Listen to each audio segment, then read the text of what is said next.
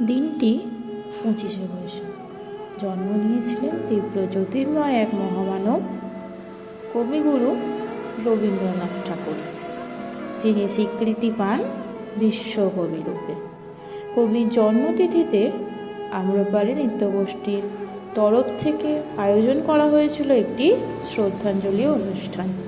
প্রথমেই ছিল ছবিতে মাল্যদান সহ উত্তরীয় ও চন্দন, ধূপ এবং শঙ্খধ্বনি দ্বারা বরণ।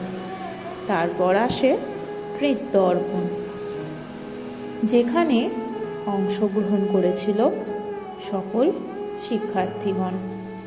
তার সাথে অংশগ্রহণে ছিলেন আমাদের গুরু, যিনি আমাদের পথপ্রদর্শক।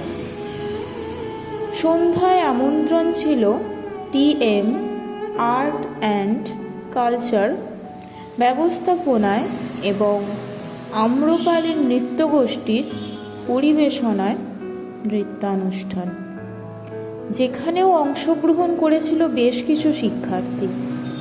স্মরণ করা হয়েছিল কবির বিশেষ কিছু পর্যায়ের গান, যা কবির বিশেষ কিছু আঙ্গিকের পরিচয় দিতে সাহায্য করেছিল।